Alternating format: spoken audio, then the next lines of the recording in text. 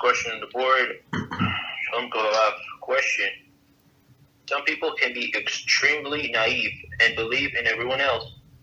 A situation that can lead to many disappointments and even loss of money or abuse from others. Can you test those around you in order to protect yourself? Since it's difficult to confront people, even knowing that they could be making fun of you, not because you are incapable of confronting said person, but because it could be someone superior at work, or it could be a possible business that by exposing it, would said business be ruined? Thank you very much, Rabbi. Wow, that's apologies. It's a very long question. So can we please go back and we'll try to break it down, because those a few separate ideas, but I don't want to miss. So could you please read it again, and I tell you where to stop, or you stop. Maybe you see it in front of your text, or maybe you stop after the first idea. Go ahead. Okay, so let's do the part of being naive first. So the question, the first part. So some people can be extremely naive and believe in everyone else. A situation that can lead to many disappointments and even loss of money or abuse from others. So, regards to this, the question. Okay, so let's. So the question is about naive persons. Some like it's not allowed. So naive and believe in others, that's two different things, right? So when a person believes in others, so he give them some power. But we're believers. We believe only Hashem, that only Hashem has all of the powers. The other people, they here today and gone tomorrow. And says David HaMelech says in Tehillim, right? If you're going to rely on people, guess what? Now they promise, and they to you protection, this and that, and job, and whatever they've promised to you, and it is true they meant to do it. But guess what? Hashem took them in from this world when he planned to retire at 97 from his business. Hashem took them in 33 from this world. Guess what? You understand? But a person must be believer in Hashem. When you believe in anything else but Hashem, you're idol worshiper. So you can worship your uncle. So your rich uncle, he has a business, and he gives you this parnasa, he gives you this position. So your God is uncle, fortunately. Understand? So we're not allowed to be naive. Why? Because in some sense, you're a sinner. I'm going to explain. You put in like stumbling block in front of the blind. So you make all of these people take advantage of you. So if they know that they would not be able to take advantage of you, they're not going to try. Try a little, push a little, and you push back, and that's it. They're out. They're not normal people. But if you're naive and you believe them, so you like in some sense you provoke them to sin against you, right? Why? Because you in some sense you invite them. That's a problem, big problem. And of course, it can bring a lot of disaster in a person's life. So it's proper to work on this character trait, not to be naive, right? So don't believe everybody. Okay. So like be naive with Hashem. Right? That's the best naivety. So this you see, just occurred to me. That's this character trait has the best application to be naive with Hashem. Hashem says, if you're going to perform what I said, I'm going to reward you in this world and the world to come. That's it. I'm naive. I'm not going to check the facts. Did it work out? I did tzedakah. I lost money. So did it work out? No, I'm naive. I believe that Hashem, whatever He said, He's going to perform. Of course, it's not naivety. It's believer, but in naive in this sense, because people who are rationalists, they think, yes, so if I do this, Hashem is going to reciprocate like that, right? So it's not naivety. It's like accounting, right? But if you're naive, so it's good. It's good to be naive, but in a kosher way. Not trust people for sure. Again, why? Because like if you need some motivation not to be naive, because you put a stumbling block in front of the people. You made them to lie to you. They made them to take advantage of you. Okay. What else? Thank you, Rabbi. You're welcome.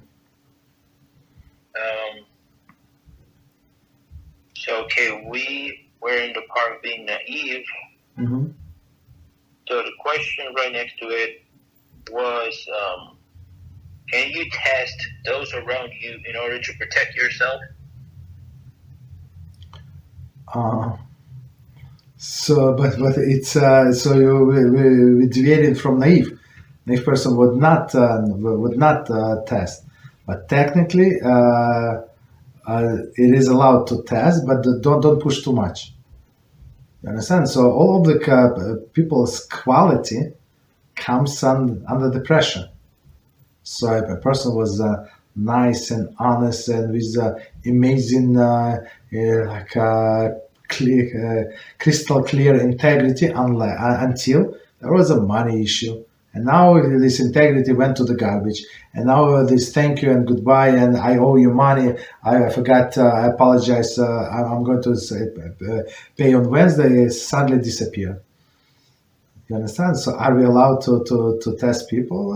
If you like think before you test, and technically if you want to invest your life with a person, for example, yes, so you're allowed to test them how they perform. Right.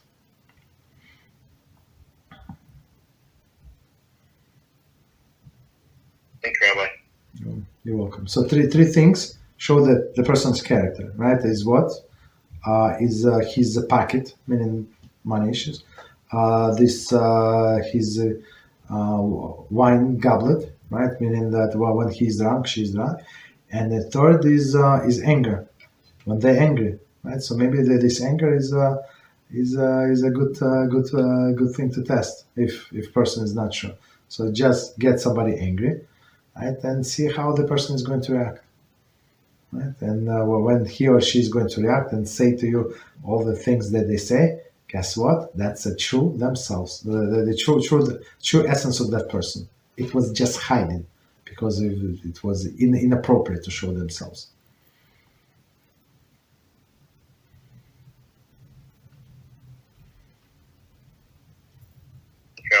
You're welcome.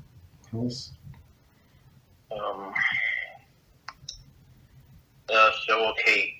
Can you test those around you in order to protect yourself? Mm-hmm. And our friend says, since it's very difficult to confront people, Mm-hmm.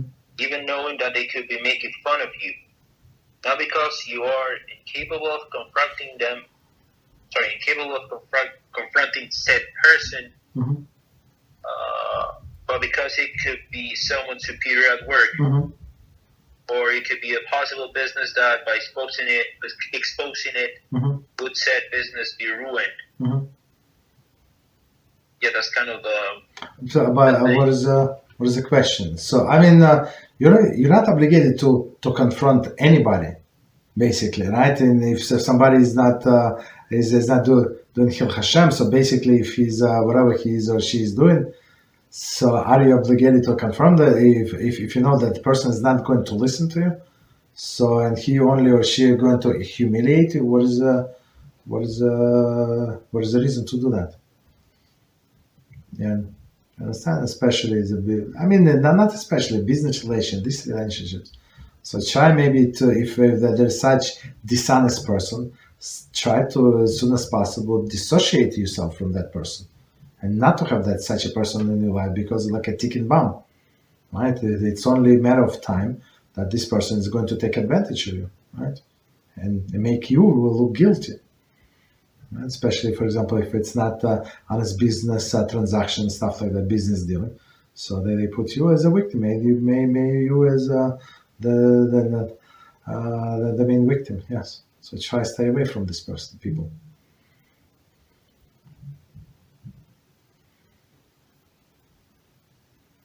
Okay. What else? Thank you, Rabbi. You're welcome. So,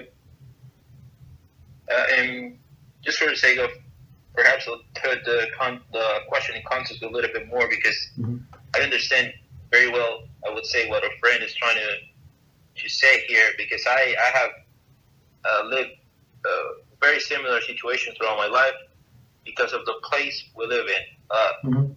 I would not say that this doesn't happen everywhere else in the world, but here, where we live, people, by default, I would say 95% of the people, 95% of the times, people are going to take, or at least try to take advantage of you, either in small business, large businesses, whatever we do here. This is like the culture of people here. This is what they do.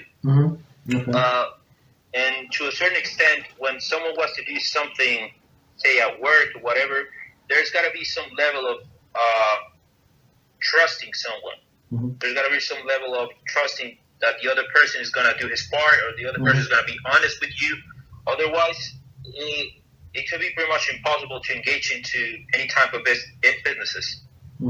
There's this part where we always have to trust a person to a certain extent. So, considering this is so hard to be done here, what would be like a safe advice from Rav to someone that lives in such an environment? Like, do we have to be, 100%, attached to Hashem and believe that whatever other person is going to do to us is going to be for our own good, or perhaps not to trust anyone at all? Like, on any occasion, what would be the right thing to do here? So that's when the story of our forefather Yaakov comes up, right? So on one hand, you trust in Hashem, and on the other hand, you have to know who you're dealing with. So you have to protect yourself. So even though people they are treacherous people on one hand, on the other hand, if they know they're going to lose money, they're going to be honest to the point. To the point on doing their part in business. You understand? So if there is some leverage on them, that should be applied, right? And as you said, 95%. So you try to deal with the 5% of the people, right? Pray to Hashem.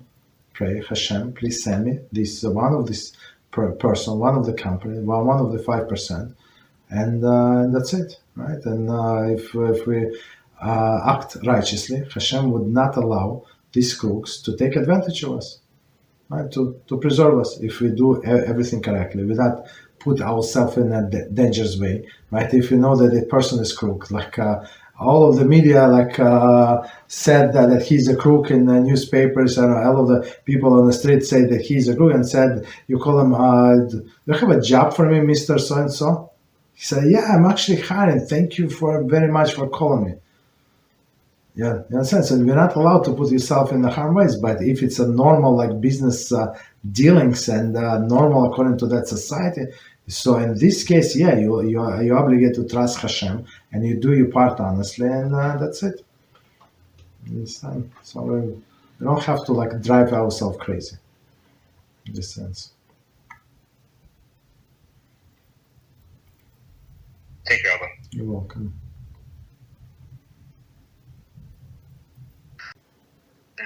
Last question of words, Shalom Kulav. If it's difficult for one to trust others, because when seeing the world rationally... apologize. If it's difficult for one to what? I didn't get the word. To trust others. Trust, okay, got it. Okay. Sorry, Rabbi. And then it goes, because when seeing the world rationally, most people do not follow Torah and are not reliable. Does this reflect a problem in Middot? If so, how can we work on it?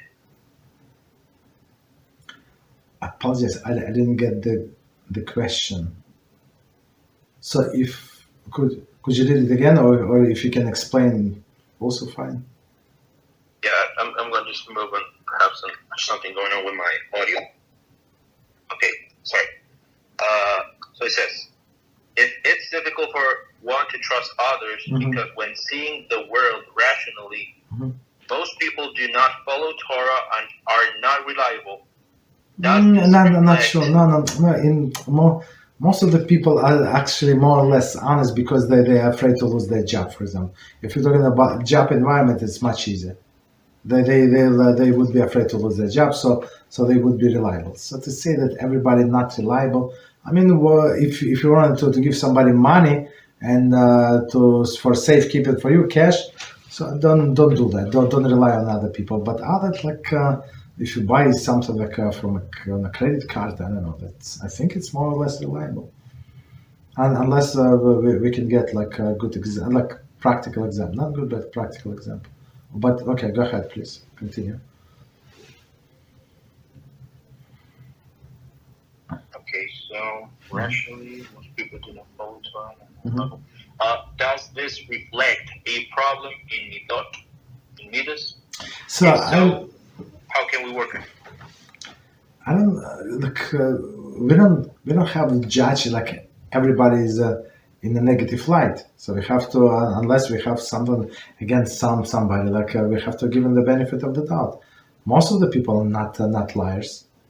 Maybe they don't have the best character traits. I mean, they're not polite, this, that, and they don't care about you, but that's fine. I mean, if you have business relationships, so that's not a problem. Usually, it's not a problem, unless person gives us a good example, practical example. But as we said before, we don't trust in people. We trust in Hashem, and we do everything according to His Torah. And we try stay away from crooks, of course. But we try to protect ourselves. But remember that at the end of the day, it's up to Hashem.